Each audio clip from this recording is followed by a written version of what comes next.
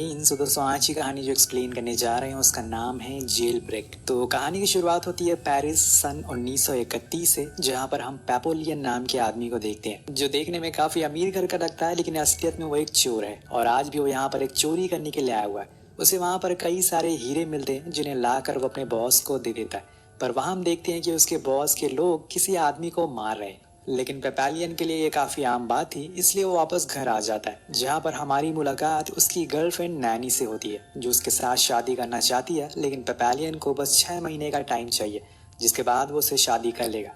लेकिन जब अगली सुबह उसकी आंख खुलती है तो उसकी पूरी जिंदगी बदल जाती। उसके घर पर पुलिस आ चुकी थी और तब उन दोनों का सारा प्लान चौपट हो जाता है। पुलिस का कहना था कि उसने एक आदमी का खून किया है और उसकी बॉडी भी उन्हें मिल गई है। दरअसल पेपोलियन के बॉस जिस आदमी को मार रहे थे, पुलिस वालों को उसी की लाश मिली थी और कई लोगों ने पेपोलियन को वहां पर देखा था, इसलिए अब वो फंस चुका है। लेकिन क्या पता था इल्जाम उसके बॉस ने ही उस पर लगाया हो खुद को बचाने के लिए। यहाँ से शुरू हो जाती है असली कहानी, जिससे कि आपने ना तो कभी सुना होगा और ना ही देखी होगी।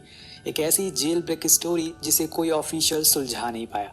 यहाँ पेपोलियन को हम जेल में देखते हैं, जहाँ पर नैनी उसे मिलने आती है जो उसके लिए अपील करना चाहती है, पर वो मना कर देता है क्योंकि उसे पता है कि इसका कोई भी फायदा नहीं होगा। इसलिए वो उसे बताता है कि मैं कोशिश करूंगा यहाँ से भागने की, लेकिन इसमें कितना समय लगेगा ये मुझे नहीं पता, इसलिए तो मेरा इंतजार करना। अब ये बात नैनी को तो अच्छी नहीं लगती, इसलिए वहां से बिना कुछ बोले चली जाती है। अब अगले दिन सभी कैदियों को एक खास डेविस आइलैंड पर शिफ्ट किया जाता है, जहाँ से भाग पाना ना के बराबर था। और इसी सफर में पेपोलियन की दोस्ती डेगा नाम के आदमी से होती है, जो उसे लुइस नाम के आदमी के बारे में बताता है। तो दोस्तों, लुइस एक मिलियनर है जो किसी फ्रॉड के चक्कर में अंदर फंस गया है, पर उसके पास इस समय बहुत ही ज्यादा पैसा है। तो वो उसे मिलने जाता है और कहता है कि इस जेल में जितने भी लोग हैं उनकी तुम्हारी पैसों पर नजर है, इसलिए तुम मुझे अपने पैसे दे दो, जिसके बदले में तुम्हें सिक्योरिटी मैं दे दूंगा। लेकिन लुइस मना कर देता है क्योंकि वो पेपोलियन से अभी अभी मिला हुआ है पहली बार, और इतनी जल्दी वो उस पर कैसे भरोसा कर ले।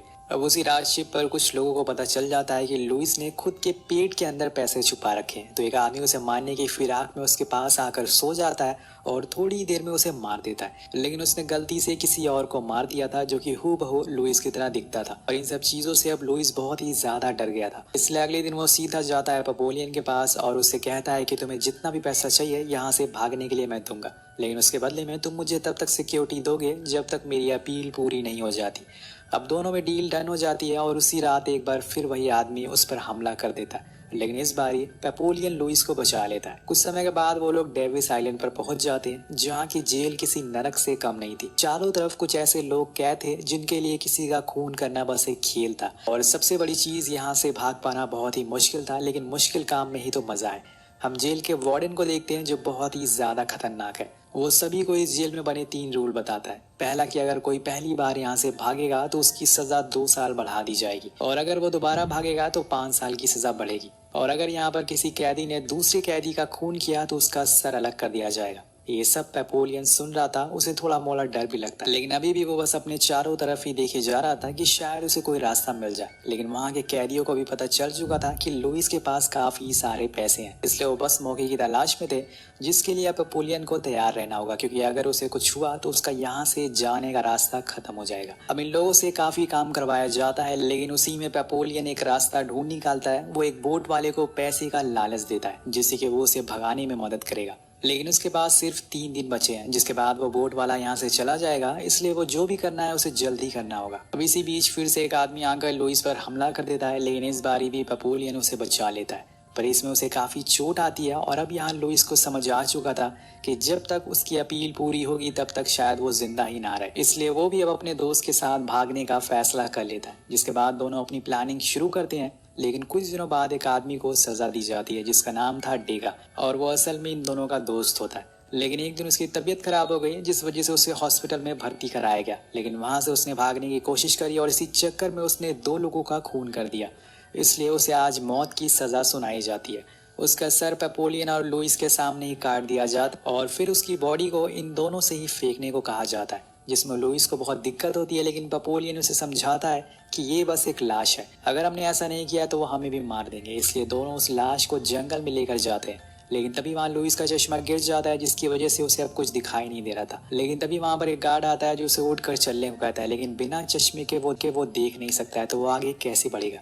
अब गार्ड को लगता है कि वो उसकी बात नहीं मान रहा है, इसलिए वो उसे कोड़े मारने लगता है। अब पेपोलियन उसे ऐसा करने से मना करता है, लेकिन वो नहीं मानता और तब उसे मजबूरन उसके सर पर पत्थर मारना पड़ता है। होप्स हो कि वो मरा ना हो, वरना उसकी जान तो जाएगी और साथ में लुइस की भी। लेकिन उससे पहले वो वहां से भाग जाता है और लुइस को वहीं छोड़कर। पेपोलियन बस भागता रहता है और ऐसे ही भागते भागते रात हो जाती है और तब जाकर उसे वही बोट वाला आदमी नदी के किनारे मिलता है, जिसे देखकर वो बहुत ही खुश होता है। पर उसके पास तो पैसे ही नहीं थे। तब पेपोलियन कहता है कि तुम मुझे मेरे घर छोड़ दो, उसके बाद मैं तुम्हें डबल पैसे दूंगा। तब वो बोट वाला आदमी हंसने लगता है, क्योंकि उसके पीछे बहुत सारे गार्ड्स थे और वो वार्डन से मिला हुआ था। उसने ही उन्हें बताया था कि पेपोलियन यहाँ से जरूर आएगा। इसके बाद क्या था दोस्तों, उसे पकड़ लिया जाता और 2 साल तक ऐसे ही जेल में बंद कर दिया जाता है, जहाँ पे वो एक भी शब्द नहीं बोल सकता और उसे बस वहाँ खाने में पानी मिलेगा। लेकिन एक दिन वो नोटिस करता है कि उसके खाने के साथ एक नारियल भी आया, जो कि लुइस ने भेजा था। ये बात वो समझ जाता है, क्योंकि उसके साथ उसे एक नोट भी मिलता है जिसमें लिखा था कि अब से तुम्हें हर दिन एक नारियल मिलेगा। कुछ दिन ऐसे ही बीत जाते हैं और पेपोलियन नारियल पीकर जिंदा था। लेकिन एक दिन गार्ड्स को उस पर कुछ शक होता है और वो वार्डन को बता देता है इस बारे में। वो आकर उसे इस नारियल के बारे में पूछता है कि ये किसने भेजा, लेकिन वो कुछ भी नहीं बताता और उसे प्रेशर दिया जाता है कि ये बताने के लिए, पर वो कुछ भी नहीं कहता। और तब वार्डन उसका खाना आधा कर देते हैं और धीरे धीरे खाना ही बंद कर देते हैं, जिससे पेपोलियन बहुत ही कमजोर होता जा रहा था। उसकी मेंटल हालत भी अब ठीक नहीं थी। वो अजीब अजीब हरकतें करता है और कुछ दिनों बाद वार्डन फिर से उसे पूछने के लिए आते हैं और वो नारियल उसे किसने भेजा, और तब भी जाकर वो उसे कुछ नहीं बताता। जिसके बाद उसे ऐसी जगह बंद कर दिया जाता है जहाँ पे रोशनी नाम की कोई चीज ही नहीं थी। उसे पूरे दिन पूरी रात बस अंधेरे में गुजारनी पड़ती है, जिसे एक दिन पेपोलियन बेहोश हो जाता है और वो कई दिन तक उठता ही नहीं। और तब गार्ड्स उसे हॉस्पिटल भेजते हैं और यहाँ हम लुइस को देखते हैं, जो पूरी तरीके से चेंज हो चुका था। वो असल में वार्डन का हेल्पर बन गया था। अब वो पेपोलियन से आकर माफी मांगता है और उसे बताता है कि उसके साथ जो कुछ भी हुआ बहुत ही गलत हुआ है। लेकिन पेपोलियन पागल नहीं हुआ था, वो बस नाटक कर रहा था ताकि वो उस कैद खाने से बाहर निकल सके। वो लुइस को फिर से यहाँ से भागने का प्लान बताता है जो उसने उस कैद खाने में बनाया था। पर इस बार उन्हें कुछ और लोगों की जरूरत पड़ने वाली थी, इसलिए वो उसे 2 भरोसे वाले लोगों को इकट्ठा करने को कहता है। कुछ दिनों बाद हम 2 और लोगों को देखते हैं जिनके नाम थे स्मिथ और जॉनी, जो इनके साथ यहाँ से भागेंगे। लुइस पेपोलियन को कुछ पैसे देता है जिससे कि जॉनी जाकर एक बोट खरीद सके। पहले वो रात आ जाती है जब इन्हें भागना था। सब कुछ प्लान के मुताबिक चल रहा था और यहाँ लुइस ने जेलर की ड्रिंक में नींद की गोलियां मिला दी थी, जिसे पीकर वो सो जाता है। सारे जो भी गार्ड्स थे या ऑफिशियल थे वो बाहर फिल्म देख रहे थे, यानी कि इनके पास एक अच्छा मौका है।